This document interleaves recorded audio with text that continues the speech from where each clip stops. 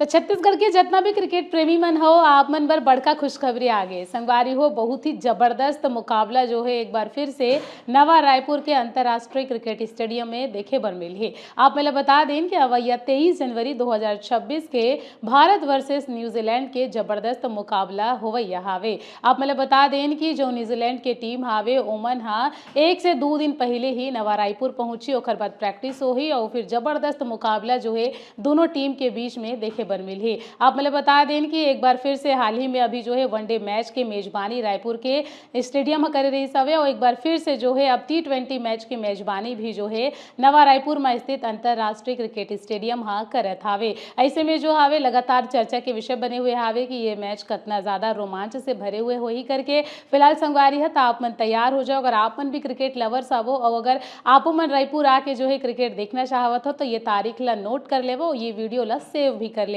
और ज़्यादा से ज़्यादा लोगन में जो है अपन ये वीडियो ला शेयर कर दो ताकि अवैया 23 जनवरी 2026 के ये मैच देखे भर कोनो भी झन बुला है।